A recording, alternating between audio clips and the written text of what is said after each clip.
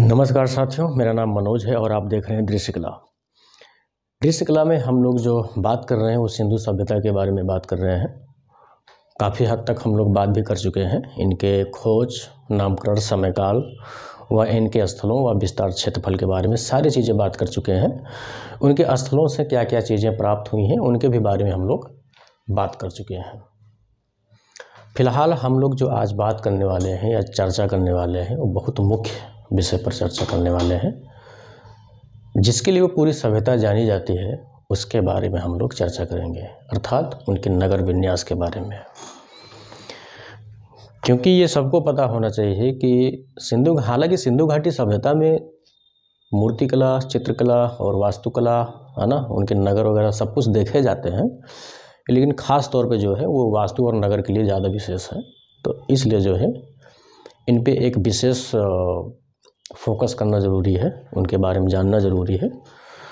तो हम लोग जो बात करेंगे आज नगरों के, इनके बारे में बात करेंगे। इनके आखिर नगर विन्यास कैसे थे, किस पद्धति पर आधारित थे, उनके बारे में बात करेंगे। और कितने खंडों में विभाजित थे उनके बारे में बात करेंगे।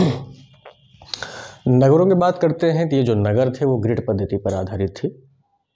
ग्रिड पद्धति हमें लगता है कि वो थोड़ा सा चित्र के द्वारा ही समझ में आएगा आप लोग को। ग्रिड पद्धति मतलब कि जो कई खानों में मतलब बटा हो, जैसे कि यहाँ के जो नगर के जो सड़क होते थे वो चौड़ी जो सड़कें होती थी वो एक दूसरे को समकोण पर काटती थी। यानी कि पूरब से पश्चिम की सड़कें और उत्तर से दक्षिण की सड़कें एक दूसरे को आपस में समकोण काटती थी। वो जो एक दूसरे का जो ब्लॉक या खांचा बनता है वो ग्रिड पद्धति कहलाती है। जैसे कि मान लीजिए एक सड़क ये हो गया और दूसरी सड़क ये है, ये जो है उत्तर से दक्षिण की सड़कें जा रही हैं, फिर हम पूरब से पश्चिम की सड़कें बना रहे हैं इस तरह से, ठीक है, इस तरह से। तो ये जो आपस में सड़कें एक दूसरे को काट रही हैं, ये इस तरह से 90 डिग्री पे काट रही हैं, ठीक है। तो ये ग्रिड पद्धति होता है और इसी में जो है छोटी छोटी सड़कें होती थी, ऐसे ऐसे करके ये छोटी छोटी सड़कें होती थी और इसी बीच में इनके घर होते थे इस तरह से। अब ध्यान देने योग्य ये है कि जो चौड़ी और बड़ी सड़कें होती थी वो इनके नगरों को विभाजित करती थी, ये मेन बात है। उसके बाद जो ये छोटी सड़कें होती थी, कम चौड़ी वाली सड़कें, ये इनके घरों को आपस में जोड़ती थी। यानी कि हम कह सकते हैं कि इनके जो घर के मुख्य द्वार होते थे वो मुख्य सड़कों की तरफ ना खोल करके वो उल्टी दिशाओं में यानी कि छोटी सड़कों की तरफ खोलते थे।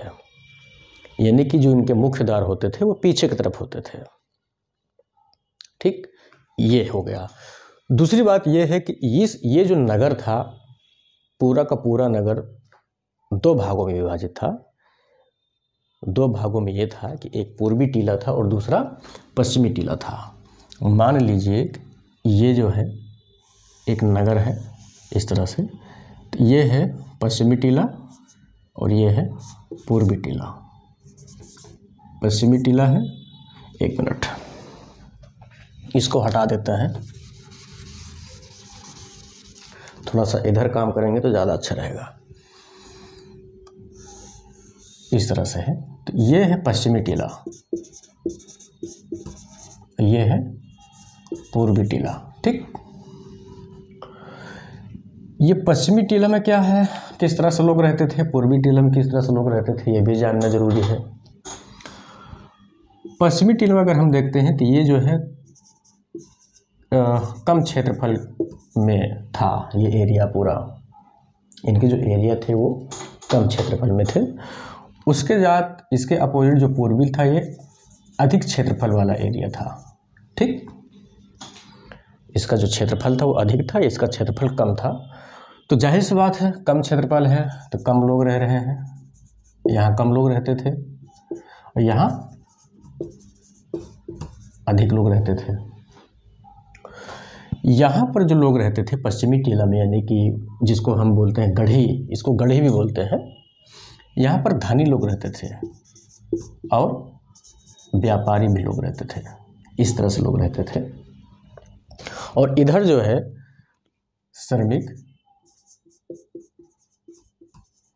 श्रमिक लोग रहते थे। और बाकी इधर जो है जितने भी कारखाने हैं, जो तांबा गलाने के कारखाने, चूड़ियों बनाने के कारखाने, इसी पूर्वी टीला में ही प्राप्त हुए हैं। यानी कि कारखाने वगैरह इधर जो है प्राप्त हुए हैं। ये था पश्चिमी और पूर्वी टीला। दोनों तरफ किस तरह के लोग रहते थे, इसमें इस तरह से है। उसके बाद ये तो रहा इनके नगर। नंबर आता है वास्तु का। इनके वास्तु के बारे में थोड़ा सा जानना जरूरी है कि जो अपने आर्किटेक्चर में लोग जिस मटेरियल का यूज करते थे उसके बारे में भी जानना जरूरी है। तो ये लोग मतलब मुख्यतः दो प्रकार की ईंटों से काम करते थे ना, कच्ची ईंट और पक्की ईंट। तो पक्की ईंटों से जाहिर सी बात है कि उनके शौचालय और स्नानाघर जो होता था, जिसको स्नानागार बोलते हैं, और उनके भवनों की दीवार, ये सब जो है पक्की ईंटों से ही बनाते थे। और उन पक्की ईंटों को जोड़ने का जो काम होता था, ये गारा जिसको बोलते हैं आज के समय में, हम लोग पहले भी गारा ही बोलते रहे होंगे। तो बिटुमन प्लस जिप्सम के मिश्रण से ये लोग उनकी ईंटों को जोड़ते थे आपस में। बिटुमन मतलब जानते होंगे आप लोग, बिटुमन एक तरल पदार्थ होता है, चिपचिपा पदार्थ होता है, जिसको अलकतरा बोलते हैं, वो बिटुमन होता है। वो सड़क वगैरह बनाने के काम में आता है वो बिटुमन। और उसके साथ जो जिप्सम यानी कि CaSO4 2H2O यानी कि इसको बोलते हैं कैल्शियम सल्फेट हाइड्रेट, ऐसे कुछ बोलते हैं। तो इनके मिश्रण से जो है इस तरह का ये इनके वास्तु के निर्माण में होते थे। और इसी जिप्सम को जो है अलाबास्टा भी बोलते हैं, सलखड़ी भी बोलते हैं, और सेलेनाइट भी बोलते हैं। अलग अलग नामों से पुकारते हैं। अलाबास्टा है, सलखड़ी है, सेलेनाइट, इसी जिप्सम को ही बोलते हैं। और ये जिप्सम जो है POP वगैरह में, प्लास्टर ऑफ पेरिस में भी यूज होता है।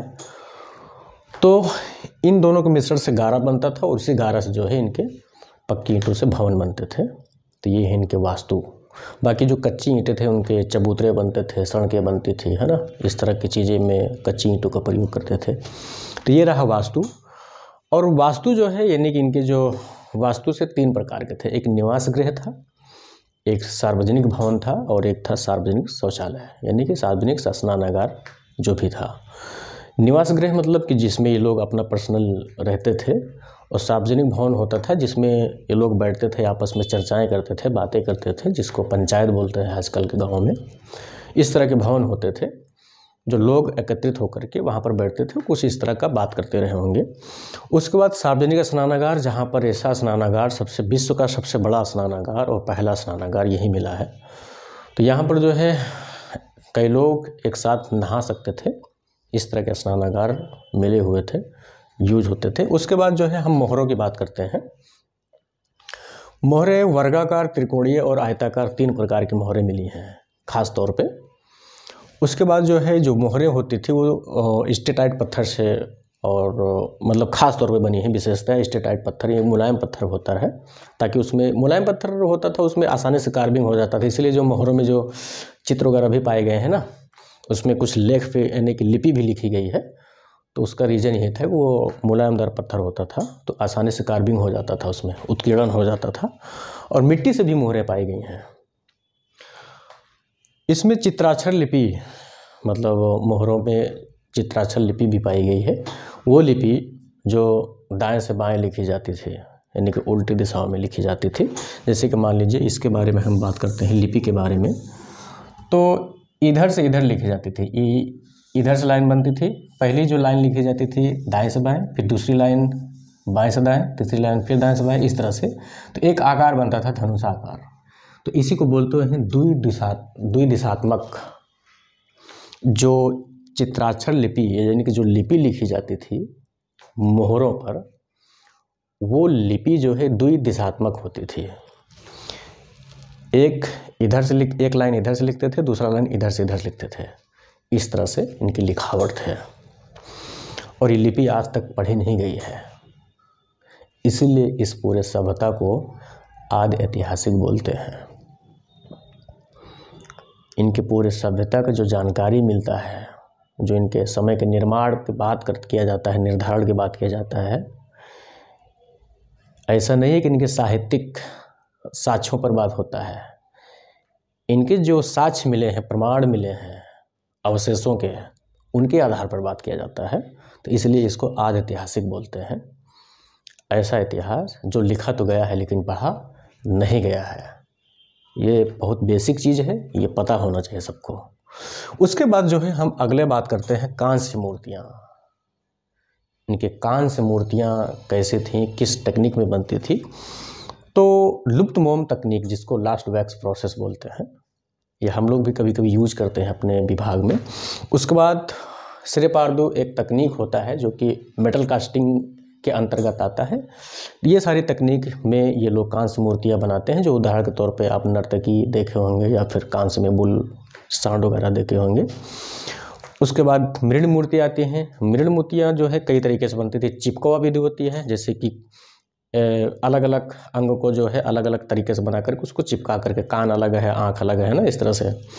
चिकोटी विधि भी बोलते हैं उसको, इस तरह से, है ना। चुटकी विधि है, चिकोटी विधि, चिपकवा विधि जो भी होता है, इस तरह से मिट्टियों की मूर्तियाँ या खिलौने बनते थे। मृदभांड की अगर हम बात करते हैं तो दो तरीके से मृदभांड मिले हुए हैं। एक तो सादा मृदभांड और एक जो है अलंकृत व चित्रित मृदभांड। थोड़ा ज़्यादा खाना खा लिया हूँ उसके लिए क्षमा प्रार्थी हूँ, हिचकी आ रहा है कोई याद कर रहा होगा, पता नहीं। तो जो दो तरीके के मृदभांड मिले हुए हैं, वो एक तो सादा है और दूसरा जो है अलंकृत व चित्रित है। तो जो सादे मृदभांड जो बड़े होते थे, वो शायद जो है अपने खाद्य पदार्थों को एकत्रित करने के लिए उसको प्रयोग में लाते थे, है ना, पानी एकत्रित करने के लिए प्रयोग में लाते रहे होंगे। और जो अलंकृत या छोटे बड़े जो भी होते थे, थोड़ा चित्रित होते, तो शायद जो है उसको सजावटी के रूप में यूज करते रहे होंगे, इस तरह से रहा होगा। अलंकृत में अगर हम चित्रित में बात करते हैं तो जो मृदभांडों पर अलंकरण किया गया है, उन पे जो रंग लगाए गए हैं, उनके जो पूरा जो धरातल पर जो रंग है वो रंग है वो लाल कलर से है। जैसे मान लीजिए ये मृदभांड है ना, तो इस पूरे पे जो है क्या है, ये लाल रंग है, लाल रंग का प्रयोग किया गया है। और इस पे जो इस तरह से डिजाइन मतलब रेखांकन किया गया है, रेखा जो इनका था वो काले रंग से किया गया है। ये थोड़ा सा ध्यान देने होगा। कभी कभी सवाल करता है कि सिंधु घाटी सभ्यता में जो मृदभांड मिले हैं उस पे जो अलंकरण किए गए हैं वो किस रंग से किए गए हैं, तो काले रंग से किए गए हैं। कभी कभी ये भी सवाल पूछता है कि उनकी जो धरातल है वो किस रंग से किए गए हैं, तो वो लाल रंग से किए हैं। थोड़ा सा ये ध्यान देने योग्य है। बाकी जो है आभूषण है, आभूषणों में जो है जो अपने माध्यम का प्रयोग करते थे आभूषण को बनाने में, धातु जो मतलब कीमती धातु होते थे, जैसे सोना है ना, इस तरह की धातुओं से भी आभूषण बनाते थे। हड्डियों के भी आभूषण बनाते थे ये लोग, कुछ कीमती पत्थरों के भी आभूषण बनाते थे, मिट्टी में भी आभूषण बनाते थे ये लोग। इस तरह से ये लोग अपना काम करते थे। उसके साथ साथ ये तो रहे इनके सिंधु सभ्यता, नगर वास्तु और मोहरें, इस तरह की चीज़ें, अलग अलग चीज़ों में चर्चा बात। अगला जो सेशन पे बात होगा, अगला जो चर्चा होगा, जो क्लास होगी, उनके राजनीतिक जीवन और उनके रहन सहन कैसे थे, इस पर बात होगी। थोड़ा थोड़ा डोज लीजिए, यकीन मानिए मज़ा आएगा थोड़ा सा। उसके बाद जब पूरा कंप्लीट हो जाएगा तो इसमें से हम चुन करके जो आए हुए क्वेश्चन हैं अलग अलग एग्ज़ाम में, कुछ वहाँ से कुछ अपने तरीके से जो है मॉडिफाई करके उनको 100 क्वेश्चन इनसे दिया जाएगा, हम लोग मिलकर सॉल्व करेंगे। बाकी आगे भी बने रहिएगा। धन्यवाद।